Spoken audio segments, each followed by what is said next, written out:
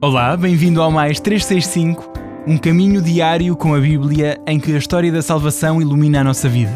Todos os dias fazemos um percurso em que tomamos consciência de que a nossa história faz mesmo parte da história da salvação que Deus anda a construir com a humanidade desde sempre. Eu sou o Francisco e trago-te este podcast em nome das equipas de jovens de Nossa Senhora. Seguimos do Gênesis ao Apocalipse com a tradução da Difusora Bíblica, aprendendo a erguer o nosso olhar para o alto, sempre acompanhados por Nossa Senhora. Hoje é o dia 148, estamos no período da realeza e vamos ouvir primeiro livro dos Reis 6, segundo livro das Crónicas 9 e Salmo 4.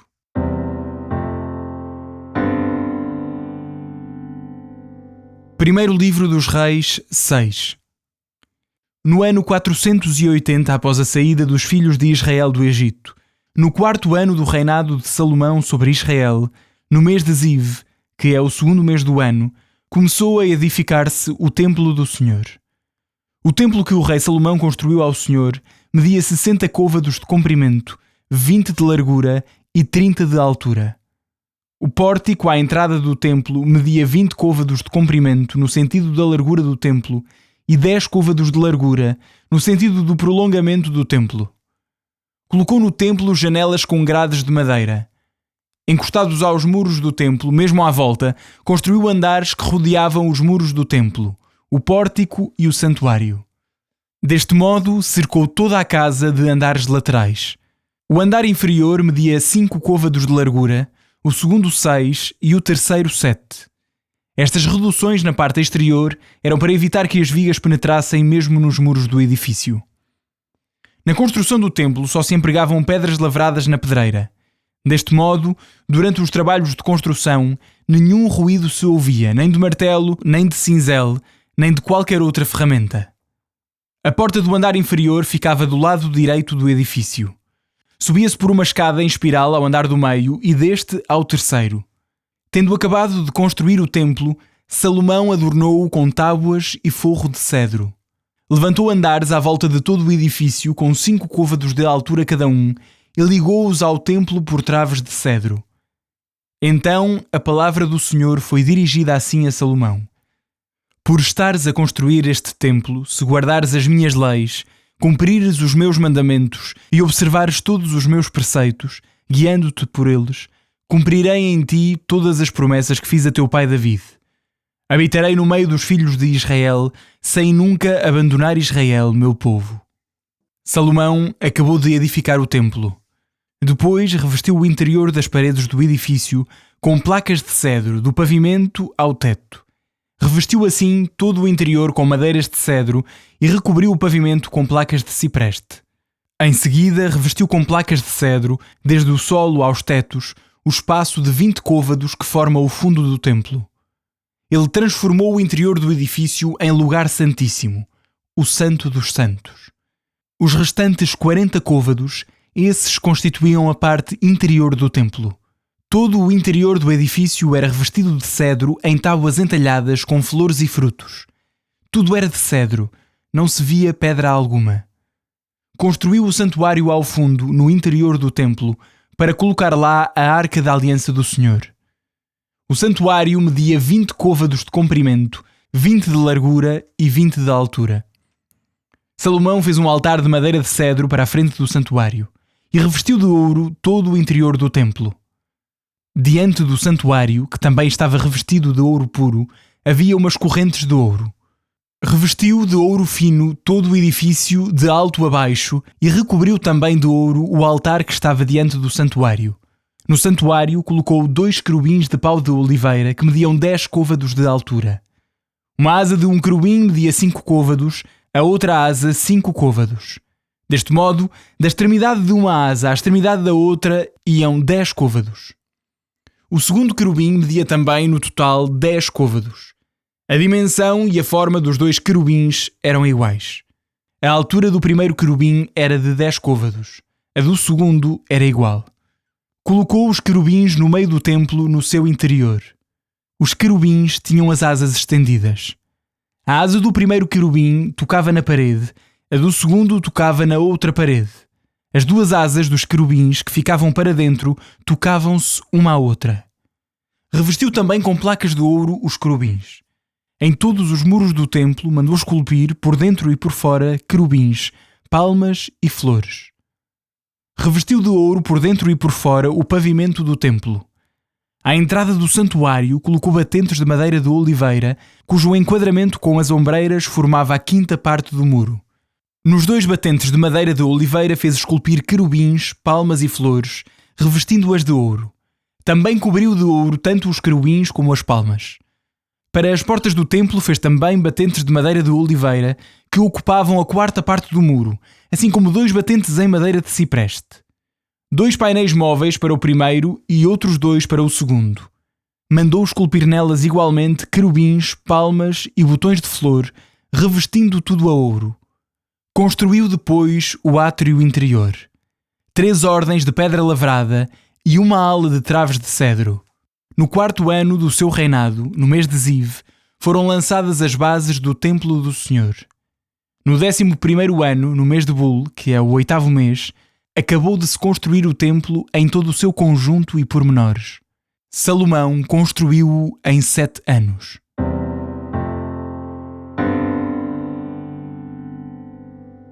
Segundo livro das Crônicas 9. A rainha de Sabá ouviu falar da fama de Salomão. A fim de o provar por meio de enigmas, veio a Jerusalém, acompanhada de numeroso séquito, de camelos carregados com aromas e grande quantidade de ouro e pedras preciosas. Quando chegou à presença de Salomão, expôs tudo o que tencionava dizer-lhe. Mas Salomão respondeu a todas as perguntas, sem haver nenhuma questão difícil que ele não lhe soubesse explicar. A rainha de Sabá encheu-se de admiração ao ver a sabedoria do rei, a casa real que ele construíra para si, os manjares da sua mesa, os aposentos dos seus servos, a habitação e vestes dos seus lacaios, os seus copeiros e os seus trajes, e os holocaustos que oferecia no templo do Senhor. Impressionada com tudo isto, disse ao rei: É verdade tudo quanto eu ouvi dizer no meu país a respeito das tuas obras e da tua sabedoria. Não queria acreditar antes de ter chegado e de ver com os meus próprios olhos. Pois bem, o que me tinham dito era apenas metade da tua imensa sabedoria. Tu superas a fama que de ti chegou aos meus ouvidos. Felizes os teus homens, felizes os teus servos. Felizes quantos estão ao teu serviço, sempre diante de ti, e ouvem a tua sabedoria. Bendito seja o Senhor teu Deus, que te escolheu e colocou no seu trono, como rei ao serviço do Senhor teu Deus. Foi por causa do seu amor a Israel, que ele quer conservar para sempre, que te fez rei para que cumpras a justiça e o direito. Depois presenteou o rei com 120 talentos de ouro, grande quantidade de aromas e pedras preciosas. Jamais se viram tantos aromas como os que a rainha de Sabá deu ao rei Salomão. Os servos de Huram e os servos de Salomão, que tinham trazido o ouro de Ofir, trouxeram também madeira de sândalo e pedras preciosas. Com a madeira de sândalo, o rei fez o soalho do templo do Senhor e do palácio real, bem como as harpas e as liras dos cantores. Jamais se vira semelhante madeira no país de Judá. O rei Salomão presenteou a rainha de Sabá com tudo o que ela pediu e desejou, mais do que ela tinha trazido ao rei. Depois, ela regressou à sua terra com os seus servos. O peso de ouro que era trazido a Salomão cada ano era de 666 talentos, além do que recebia dos impostos cobrados aos viajantes e comerciantes. Todos os reis da Arábia e os governadores das províncias traziam ouro e prata a Salomão. O rei Salomão mandou fazer 200 escudos de ouro batido, cada um dos quais tinha 600 siclos de ouro. E mandou fazer igualmente 300 pequenos escudos de ouro batido, cada um dos quais tinha 300 siclos de ouro. O rei colocou-os no palácio do Bosque do Líbano. Mandou também construir um grande trono de marfim revestido de ouro puro. Este trono tinha 6 degraus com um estrado de ouro fixado no trono. Dos 2 lados do assento havia apoios flanqueados por leões. Outros 12 leões estavam colocados de um lado e do outro sobre os 6 degraus.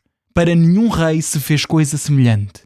Todas as taças do rei Salomão eram feitas de ouro, e todo o vasilhame do palácio do Bosque do Líbano era de ouro fino. A prata nem se fazia caso dela no tempo de Salomão.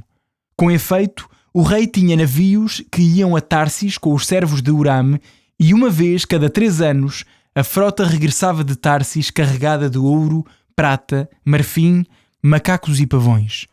Desta forma, pela sua riqueza e sabedoria, o rei Salomão avantajava-se a todos os reis da terra. Todos eles procuravam vir à presença de Salomão, a fim de escutar a sabedoria que Deus infundira em seu coração. Cada um lhe trazia todos os anos a sua oferenda: objetos de prata e ouro, vestes, armas, perfumes, cavalos e mulas. Salomão possuía 4.000 cavalariças para cavalos e carros, e 12.000 cavaleiros, que destacou para as cidades onde estavam os seus carros e em Jerusalém, junto de si. Dominava sobre todos os reis, desde o rio Eufrates até ao país dos filisteus e à fronteira do Egito. Graças a ele, a prata tornou-se em Jerusalém tão comum como as pedras, e os cedros tão numerosos como os sicômoros da região de Chefelá. Traziam a Salomão cavalos do Egito e de todos os países.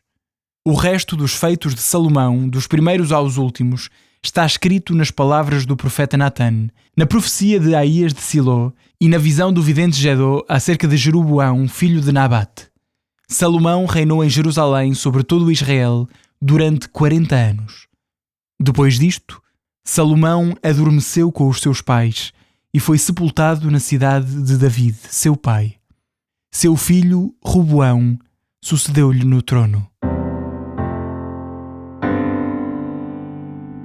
Salmo 4. Ao diretor do coro, Salmo de David, com instrumentos de corda. Quando te invocar, escuta-me, ó Deus, minha justiça. Já que na angústia me libertaste, tem compaixão de mim e ouve a minha oração. Homens, até quando desprezareis a minha glória? Porque amais a ilusão e buscais a mentira. Sabei que o Senhor faz maravilhas pelo seu amigo e há de escutar-me quando o invocar. Tremei de medo e não pequeis mais. Meditai nos vossos leitos em silêncio. Oferecei sacrifícios de justiça e confiai no Senhor. Muitos dizem: quem nos dará a felicidade? Resplandeça sobre nós, Senhor, a luz da tua face. Pois tu dás uma alegria maior ao meu coração do que a daqueles que têm trigo e vinho em abundância. Deito-me em paz e logo adormeço, porque só tu, Senhor, me fazes viver em segurança.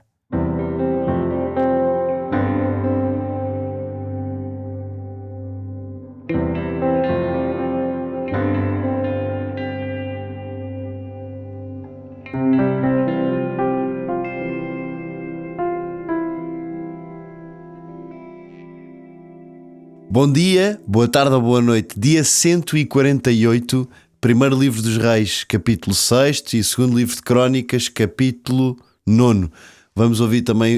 Acabámos de ouvir o quarto salmo. Escudos de ouro, parecer ou ser. Este título foca-se no ponto central da nossa reflexão. Porque os escudos de Salomão eram de ouro batido, que os tornava pesados, moles e inúteis para o combate real. Eram só bonitos, eram bons para exibir, não é? E é um título que questiona diretamente, tu que estás a ouvir isto, sobre a autenticidade da tua fé perante a tentação das aparências.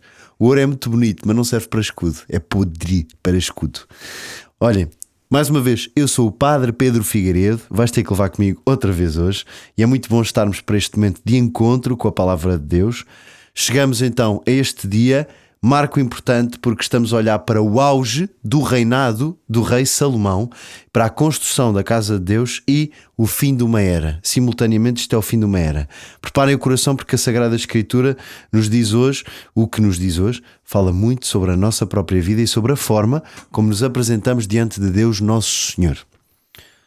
Nas leituras, nós assistimos à grandiosidade de Salomão. Ele começa finalmente a construir o templo do Senhor, uma obra detalhada ao milímetro, repleta de ouro, cedros e pedras preciosas. Vemos também a visita da rainha de Sabá, que fica sem fôlego perante a sabedoria e a riqueza deste rei. É um momento em que Israel brilha mais do que nunca. É um momento onde o ouro era tanto e era tão comum que a prata nem sequer era contada.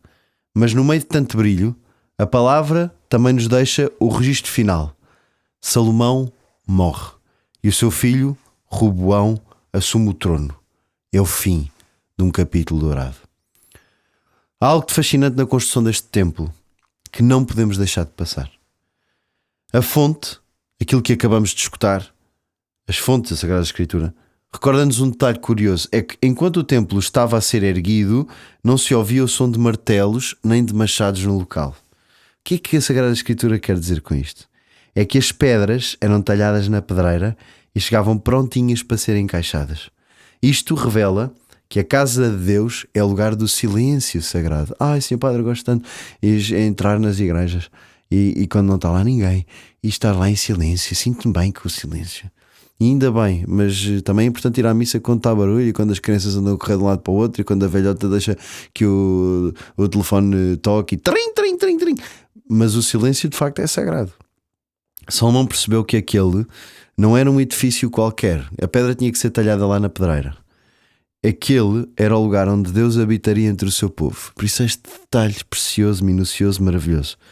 Outra curiosidade que o texto nos traz é a quantidade absurda de ouro.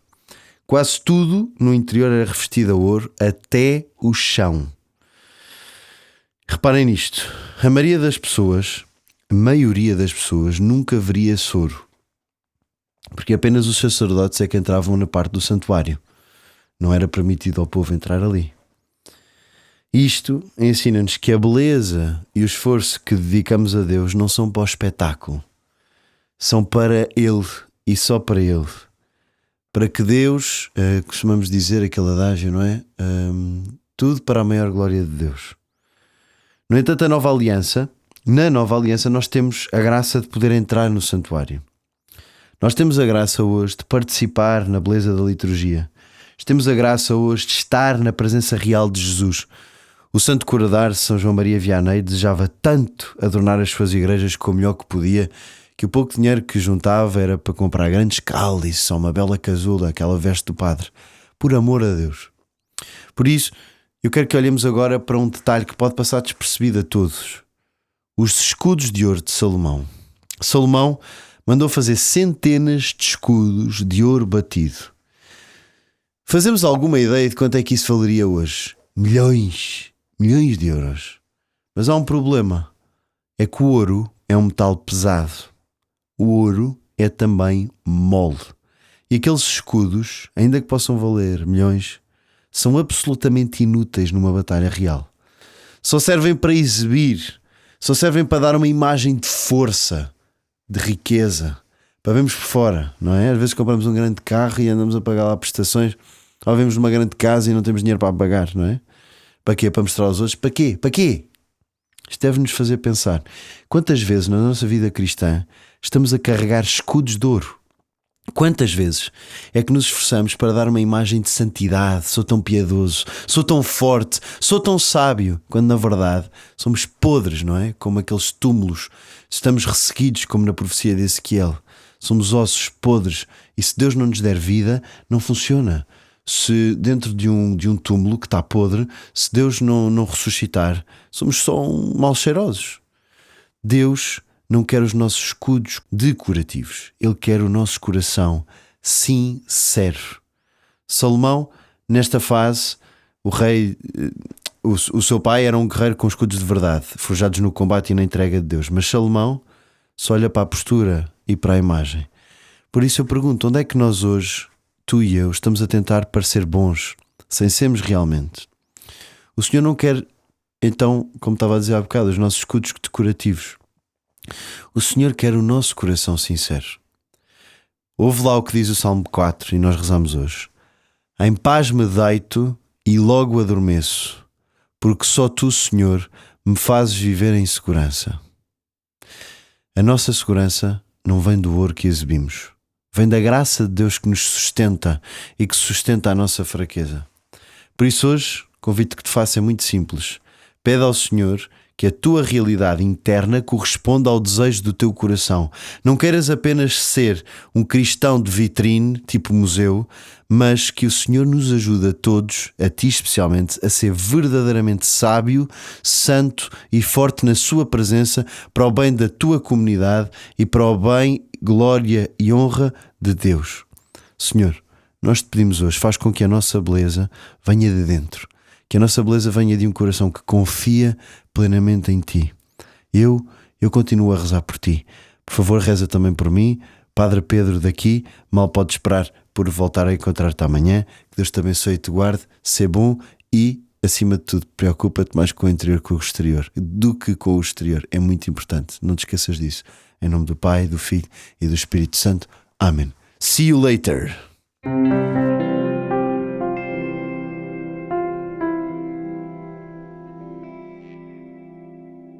A minha alma glorifica o Senhor, e o meu espírito se alegra em Deus, meu Salvador. Porque pôs os olhos na humildade da sua serva, de hoje em diante me chamarão bem-aventurada todas as gerações. O Todo-Poderoso fez em mim maravilhas, santo é o seu nome. A sua misericórdia se estende de geração em geração sobre aqueles que o temem. Manifestou o poder do seu braço e dispersou os soberbos. Derrubou os poderosos de seus tronos e exaltou os humildes. Aos famintos encheu de bens e aos ricos despediu de mãos vazias. Acolheu a Israel seu servo, lembrado da sua misericórdia, como tinha prometido a nossos pais, a Abraão e à sua descendência para sempre. Glória ao Pai, ao Filho e ao Espírito Santo, como era no princípio, agora e sempre. Amém.